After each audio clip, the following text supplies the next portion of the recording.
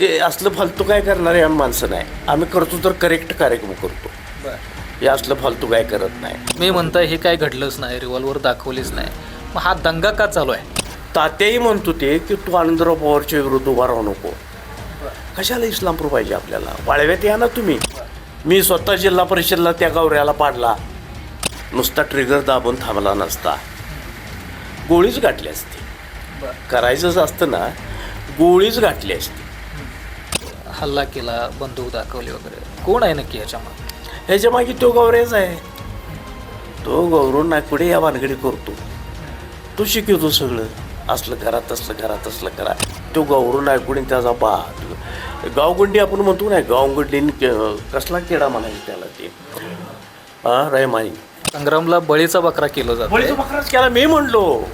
तुम्हीच मी स्वतः म्हणलो लेका तुला बळीचा बकरा करायला लागल्यात. माझ्यावर 50 केस होत्या, 49 पण नाही 50 होत्या मोजून. गावात डॉल्बी बंद करण्याचा निर्णय मी घेतला. त्याने नाही घेतला, मी घेतला.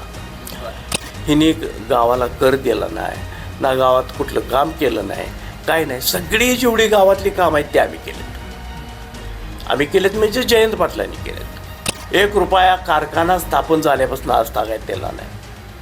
सगळे कारखाने देतात. एवढा मोठा साखर कारखाना ह्याच्याकडे आहे. गावात एक दगड टाकला गवतीने, विचारा जरा जाऊन त्यांना. त्या गौरव नायकोड्याचा वाढदिवस झाला, त्याला डॉल्बी वाजवली. मग डॉल्बीचा नियम मोडला कोणी? आम्ही का तिने? जयंत पाटलांना प्रत्येक निवडणुकीला लीड मिळतं वाळव्यातनं. मी जिल्हा परिषदच्या निवडणुकीत डॉल्बी वाजवला, तुम्ही त्या गौरव नायकोड्याच्या वाढदिवसाला डॉल्बी वाजवला, म्हणून आमच्या लोकांनी वाजवला. 3री पिढी आता. आमचा मुलगा बघितला तुम्ही, 3री पिढी. आता आमची नात 2 वर्षाची आहे, ती बी जयंत पाटीलच म्हणते. आता काय करायचं?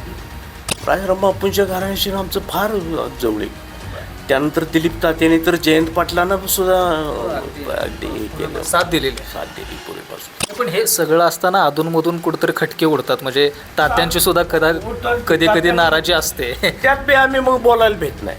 आनंदराव पवार च्या विरोधात उभा राहायला मी इथनं फोन केला त्याला, तू तिथं काय उभा राहू नको, आनंदा पवारच्या विरोधात तू उभा राहू नको. विजय पाटलाशी माझा आत्ता फोन झाला, म्हटलं असं असं येणार आहेत, काय करू, बाहेर देऊ का नको? ते तात्यानं फोन केला. तात्या म्हटलं या संग्रामला आपण नको करावं. तर म्हटले त्याला सांग, तूच सांग म्हटली जरा काय सांगायचं. मी सांगितलं, तो अर्ग्याच्या मूडमध्येच नव्हता. ती मगाशी म्हटली ना रक्तात आहे, ते आहे, त्याला काय करायचं करणार.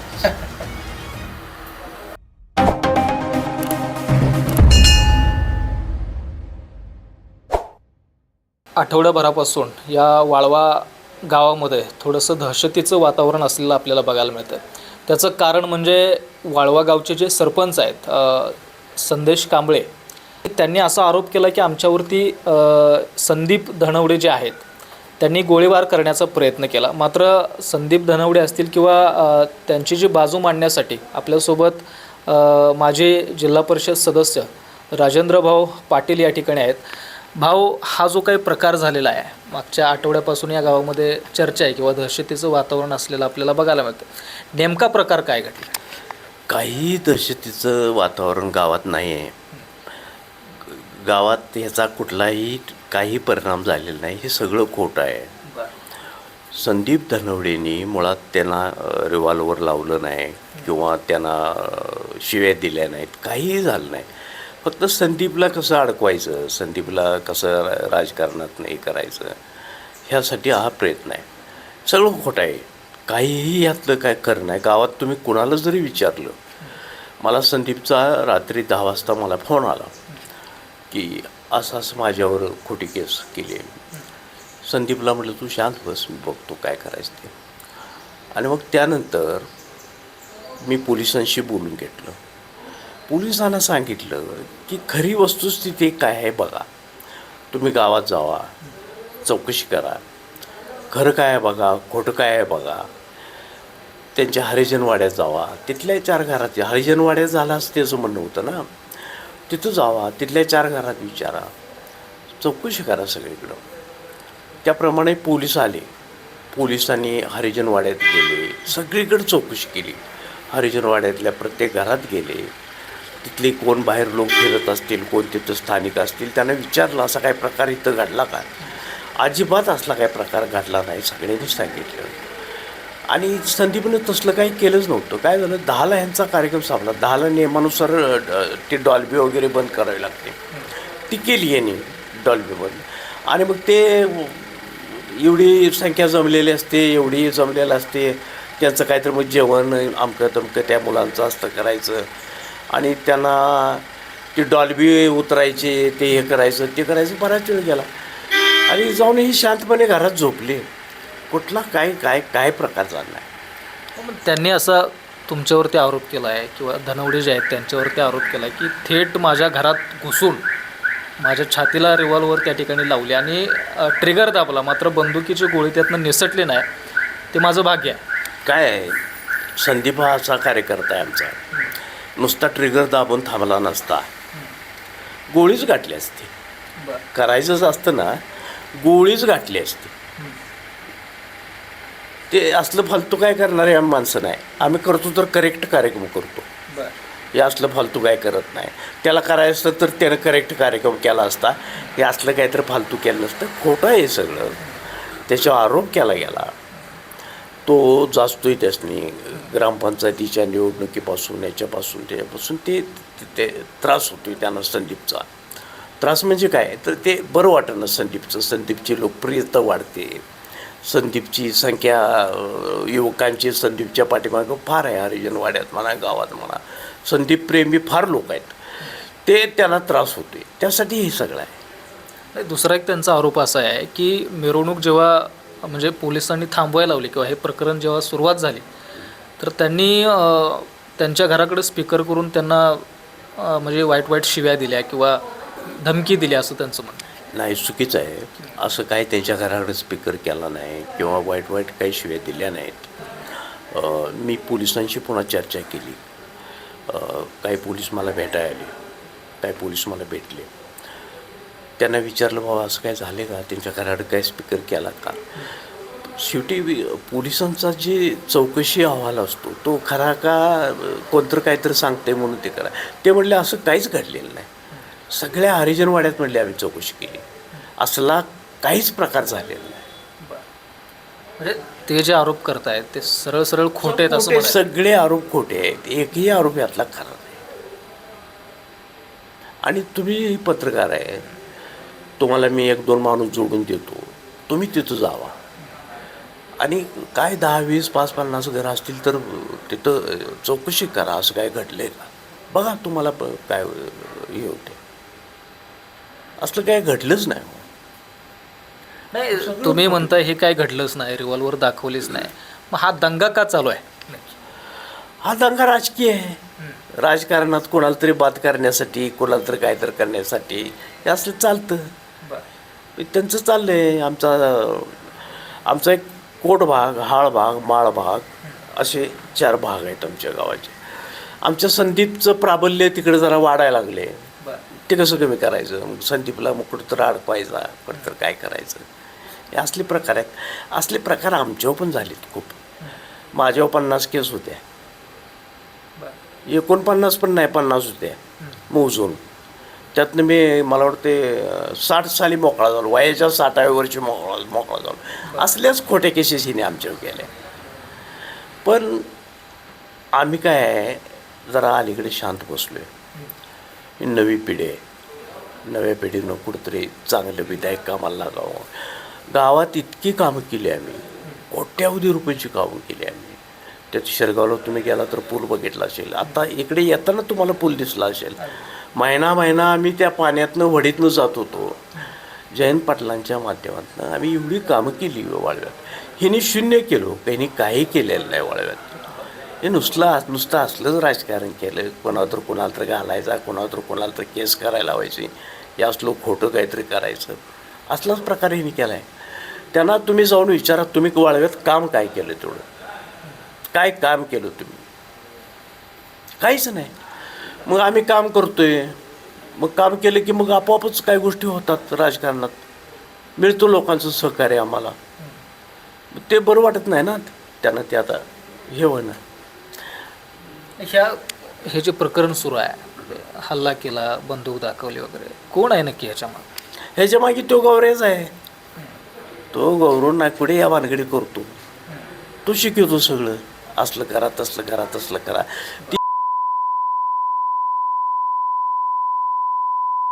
गावगुंडी आपण म्हणतो नाही, गावगुंडीने कसला किडा म्हणायचं त्याला ते रयमानी. आणि असं बसायचं कुठंतरी. तो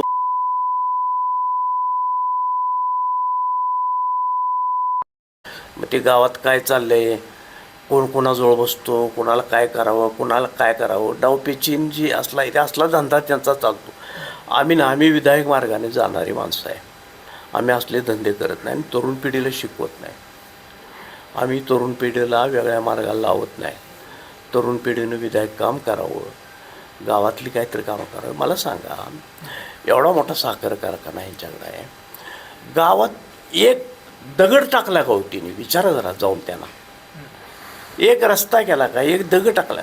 साधा ग्रामपंचायतचा कर जो कारखान्याने द्यायचा असतो ग्रामपंचायतला, गावाला, 1 रुपया कारखाना स्थापन झाल्यापासून आज तागायत दिला नाही. सगळे कारखाने देतात. राजाराम बापू कारखाना साखराळ्याला देतो, कुंडल कारखाना कुंडलला देतो. प्रत्येक कारखाने कर देतात. हिने गावाला कर दिला नाही ना, गावात कुठलं काम केलं नाही, काय नाही. सगळी जेवढी गावातली काम आहेत ते आम्ही केलेत. आम्ही केलेत म्हणजे जयंत पाटलांनी केलेत. हिने काहीच केलेलं नाही. मग आम्ही ऐकत नाही. ग्रामपंचायतला आमच्या 17पैकी 10 सीट येतात. जयंत पाटलांना प्रत्येक निवडणुकीला लीड मिळतं वाळव्यातनं. मी स्वतः जिल्हा परिषदला त्या गौऱ्याला पाडला. हे कामाच्या ह्याच्यावर करतो आम्ही. आणि ते मग असलं करून कराय बघतात. मग कुठं आमच्या संदीपवर केस कर, कुठं काय कर, खोटी कर. म्हणजे ह्यामध्ये संपूर्ण राजकारण सुरू आहे असं आपल्याला? राजकारण आहे, हे राजकारण आहे, बाकी काय नाही. नाही, मला काय म्हणायचं की आता सरपंचाने त्यांच्यावरती थेट आरोप केले की गोळी झाडण्याचा प्रयत्न केला किंवा काय. हे सरपंचाच्या मनाचं आहे का त्यांना कोणाचा बॅकअप आहे? तो हे सरपंचाच्या मनाचं नाही. सरपंचाला करायचं तर लगेच त्या दिवशी संध्याकाळी गेला असताना पोलीस स्टेशनला तो झाल्या हां. नंतर मला वाटतं दुसऱ्या दिवशी दुपारी काहीतरी 12-1 वाजता गेला. त्यांची मिटिंग झाली. त्यांनी शिकवलं. नायकुडी गटाचा आहे ना तो. त्यांनी शिकवलं, जा तू केस कर, रिव्हॉल्वर लावलं मन काय, आणि त्याच्यावर केस कर. शिकवलं गेलं. आता जे संदीप धनवडे आहेत त्यांच्यावरती काय म्हणजे केस नोंदवण्यात आलेली आहे, म्हणजे काय पुढे प्रोसेस झाली? ऐकून घ्या, तुम्हाला सांगतो. पोलिसांना आम्ही काय म्हटलं, मग काही सांगितलं मी बाईटमध्ये. पोलिसांना काय म्हटलं आम्ही, तुम्ही खरं ते बघा, प्रत्यक्षात घटनास्थळी जावा, जिथं हे घडला इन्सिडंट सगळा तिथं जावा, हरिजनवाड्यात जावा, गावात काय ठिकाणी चौकशी करा. पोलिसांनी सगळी चौकशी केली. हरिजनवाड्यात केली, सगळ्या गावात केली, सगळीकडे चौकशी केली. असला प्रकारच झालेला नाही. म्हणजे पोलीस काय दाखल करणार हो? पोलीस म्हणले आम्ही दाखलच करू शकत नाही. काय त्यांचा आरोप असा आहे की गावानं सगळ्या किंवा ग्रामपंचायतीनं ठराव केलेला आहे की डॉल्बी वाजली नाही पाहिजे गावामध्ये, किंवा डॉल्बी बंदीचा ठराव त्यांनी केलेला आहे. नाही, माझा प्रश्न होता, डॉल्बी बंदीचा ठराव करून सुद्धा संदीप धनवडेंनी डॉल्बी वाजवला म्हणून हे सगळं प्रकरण या ठिकाणी तापतंय. अगदी बरोबर ते विषय आला तुम्ही, फार छान वाटलं मला. गावात डॉल्बी बंद करण्याचा निर्णय मी घेतला. त्यांनी नाही घेतला, मी घेतला. मी माझ्या ग्रामपंचायत सदस्यांना सांगितलं की वाळव्यात डॉल्बी वाजवला नाही पाहिजे. का? तो आमचा पेठ भाग आहे ना, ते अशी अरुंद रस्ता आहे, तुम्ही आत्ता आलात तिथं, आणि कडेला घरं आहेत अशी, आणि लोकांना त्याचा फार त्रास होतो, अतिशय त्रास होतो लोकांना डॉल्बीचा. 1-2 घटना अशा घडल्या, काय वारले मला वाटतं त्या डॉल्बीच्या त्या धक्क्यानं. हो, आवाजानं कमकुवत असतील, हाडचे काही असतील. मी सगळ्यांना सांगितलं ग्रामपंचायतीच्या माझ्या सदस्यांना, 10 आमचे सदस्य आहेत त्यांना, की डॉल्बी पहिली बंद करा. माझ्या मुलग्याला सांगितलं, तो उपसरपंच होता, सदस्य होता, आणि सगळ्यांना सांगून डॉल्बी बंदी मी केली पहिल्यांदा. म्हटलं पहिलं, कारण का त्या पेठ भागातले लोक माझ्याकडं आले. की म्हणले भाऊ काय बी करा पण ही डॉल्बी एवढी बंद झाली पाहिजे. मी डॉल्बी बंद केली. पूर्ण डॉल्बी बंद झाली. त्यानंतर कधीही डॉल्बी वाजली नाही. डॉल्बी म्हटलं वाजली तर अजिबात चालणार नाही, मी सांगितलं सगळ्यांना. आणि मग जिल्हा परिषदची कालची निवडणूक झाली, ह्याने डॉल्बी वाजवली पहिल्यांदा. म्हणजे ठराव असताना सुद्धा ह्याने वाजवली. त्या गौरव नायकोड्याचा वाढदिवस झाला त्याला डॉल्बी वाजवली. मग डॉल्बीचा नियम मोडला कोणी? आम्ही का तिने? मग त्यानंतर आमचा संदीप धनवडे म्हणला की बाबासाहेब आंबेडकरांच्या ह्याला मी का नाही वाजवू नये?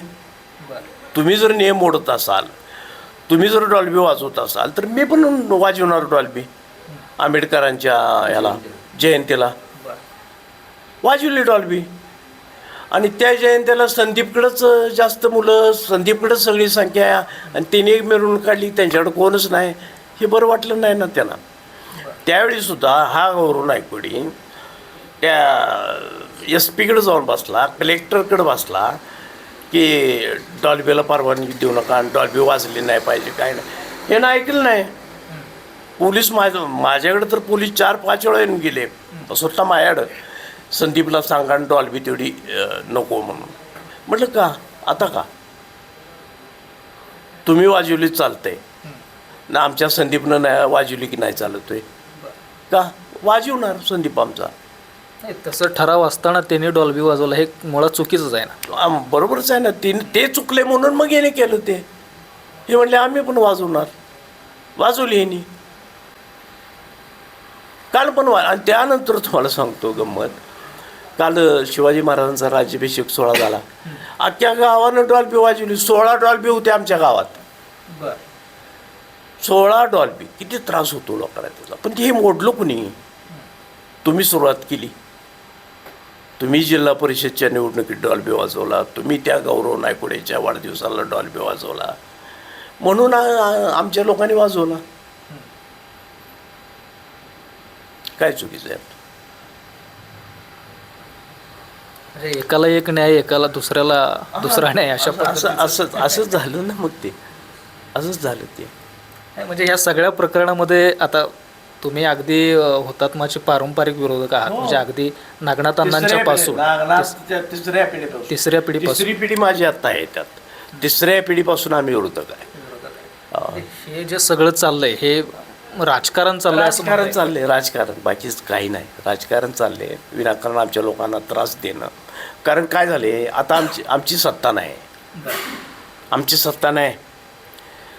हे पिल्लू एकनाथकडे पळाले नायकोड्याचं. ती जाते एकनाथच्या पाया पडते, उदय सावंतच्या पाया पडते, कुणा बी जाते आणि कोणाही पाया पडते, कोणाला भेटते. सत्ती आमची सत्ता नाही. मग पोलीस ते सांगतील त्याप्रमाणे करतात. आमचं पोलीस ऐकत नाहीत. असं थोडा प्रकार आहे ना. नाही, आता तुम्ही थोडंसं वरच्या नेत्यांची नावं घेतायच तर मला थोडासा एखादा प्रश्न विचारायचा आहे तुम्हाला. तर मागच्या ज्या निवडणुका झाल्या किंवा विधान परिषदेची वगैरे निवडणूक झाली त्याच्यामध्ये कुठंतरी थोडीशी तुमची नाराजी आम्हाला असल्याचं आम्हाला जाणवलं. काय नक्की विषय होता? त्या विषयावर नो कॉमेंट. का? तो विषय आमचा घरगुती होता. घरगुती विषय होता. तो आमचा संपला. पण त्यानंतर 10 वेळा आम्ही जयंत पाटलांना भेटलो, एकत्र बसलो, सगळं झालं. ते घरगुती होतं आमचं. ते संपलंय. ते काय फारसं त्यात काय. ते कसं आहे फार वर्षापासून म्हणजे तुमच्या वडिलांपासून तुमचे वडील राजाराम बापूंच्या वडील सोबत मित्र होते. राजाराम बापूचे ह्यांचे वडील राजाराम बापूंचे मित्र होते. राजाराम बापूंच्या घराण्याशी आमचं फार जवळीक. त्यानंतर दिलीप तात्याने तर जयंत पाटलांना सुद्धा अगदी हे केलं, साथ दिली पूर्वीपासून. नाही, पण त्याविषयी आमची काही तक्रार नाही. अशा काही गोष्टी घडत असतात. नाराजगी होती ती अगदी कमी झाली का? म्हणजे कशानं झाली किंवा काय झालं? नाही, असं नाही. आमच्या मनानंच झाली नाराजगी कमी. आमच्या मनात झाली. रागवतो माणूस एखाद्या वेळेस, राग येतो, पटकन रागवतो, पुन्हा तो विषय संपतो. आम्ही जे आहे ते त्यांच्याशी बांधील आहे. आम्ही काय कुठं कायमस्वरूपी त्यांच्याशी रागवणार नाही आणि रागवलं नाही. 3री पिढी आता आमचा मुलगा बघितला तुम्ही, 3री पिढी. आता आमची नात 2 वर्षाची आहे, ती बी जयंत पाटीलच म्हणते. आता काय करायचं?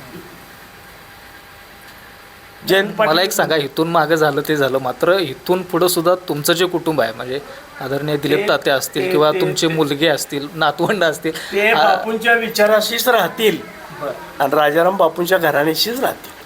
काय एवढं प्रेम काय आहे त्यांच्यावर? आमच्या वडिलांची आणि त्यांची मैत्री होती. तुमच्या माहितीसाठी सांगतो, आमचे वडील दवाखान्यात होते आणि बापू अगोदर वारले, 1 महिनाभर अगोदर वारले असतील. आणि बापूंना बघायला जयंत पाटील आणि भगत दादा, बापू जयंत पाटलांचे मोठे बंधू, ते आले. दवाखान्यात मी असायचो आमच्या वडिलांच्या बरोबर, माझी आई आणि मी असायचो सेवा करायला. ते भेटायला आले. बापू नुकतेच वारले होते, दिलीप तात्या पण होते, सगळेच होते. आमच्या वडिलांनी सांगितलं की बापूंचं घर कधी तुम्ही सोडायचं नाही. बापूंच्या ही मुलं आहेत, बापूंची समोर सांगितलं, ह्यांच्या पाठीमागं राहायचं. ह्याने विहिरीत उडी मारली तरी मारा, पण ह्यांना सोडायचं नाही. प्रेम होतं, त्यावेळची निष्ठा होती, त्यावेळचे लोकच वेगळे होते. पण हे सगळं असताना अधूनमधून कुठेतरी खटके उडतात, म्हणजे तात्यांची सुद्धा कधी कधी नाराजी असते. त्यात बी आम्ही मग बोलायला भेट नाही. नाराजी आम्ही व्यक्त करतोच, केलीच पाहिजे, करतोच व्यक्त आम्ही नाराजी. म्हणून काय आम्ही त्यांना सोडतोय अशातला काही भाग होत नाही. ते नाही मग त्यांचं पण आमच्यावर फार प्रेम आहे. खरं सांगू का, त्या जयंत पाटलांचं आमच्यावर अतिशय प्रेम आहे, अतिशय. ते म्हणतात सगळ्यात लाडका तालुक्यात कोण असेल तर राजेंद्र माझा लाडका. पूर्वीपासून सोबत आहे. सोबत आहे. एक थोडासा कौटुंबिक प्रश्न. आता तुमचे बंधू दिलीप तात्यांनी म्हणजे राजकारणातून संन्यास घेतलेला आहे, म्हणजे राजकारणाला राजीनामा दिला असं आपल्याला म्हणायला हरकत नाही. मात्र तुम्ही राजकारणामध्ये किंवा तुमची पिढी असेल ही राहणार का इथून पुढं? काय आहे, राजकारण असं आहे, संपत नाही, राहावंच लागते. काय करायचं, रक्तातच आहे म्हणा. ते रक्तात असते, अनुवंशिक आल्यासारखं आहे म्हणा. ते राजकारण लागतात. आता आमच्या रक्तात आलं, आमच्या वडिलांच्यापासून, आता आमच्या मुलांच्या बी रक्तात आहे. किती कालची ग्रामपंचायतची निवडणूक झाली, आमची इच्छा नव्हती आमच्या मुलग्याला उभा करायची, पण ते काय नाही, उभा राहणार, राहा, आला निवडून.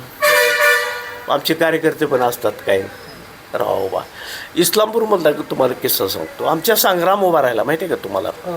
कुणाच्या विरुद्ध? हो, त्याच्या विरुद्ध उभा राहिला, आनंदराव पवारच्या विरुद्ध उभा राहिला. मी इथनं फोन केला त्याला, तू तिथं काय उभा राहू नको, आनंदराव पवारच्या विरोधात तू उभा राहू नको. तात्याही म्हणतो ते की तू आनंदराव पवारच्या विरुद्ध उभा राहू नको. कशाला इस्लामपूर पाहिजे आपल्याला? वाळव्यात या ना तुम्ही, आमचा संग्राम भाषण चांगलं करतो. तू वाळव्यात या, आम्हाला मदत होईल ना. इथं ये, इथं 4 भाषणं कर, आम्हाला मदत होईल. कशाला ते इस्लामपूरच्या गाणीत पडताय तुम्ही? ऐकलं नाही ते, म्हणजे रक्तात आहे, उभा राहिला. तुमचा का विरोध? माझं म्हणणं होतं कशाला इस्लामपूर पाहिजे आपल्याला? काय झालं, ते आनंद पवारच्या विरुद्ध उभा राहिला तर कोण नव्हतंच होते. तर हे आमच्या संग्रामला सगळ्यांनी आपलं नाही, पण त्यावेळेस टीका अशी झाली की संग्रामला बळीचा बकरा केला जातो. बळीचा बकराच केला मी म्हणलो.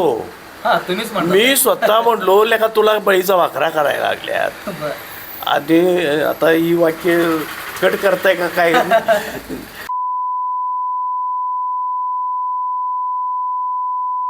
तू राहू नको संग्रामला मी फोन केला, तात्यांचा माझा फोन झाला. बरं, आमच्या भावांचं दररोज कम्युनिकेशन असतं.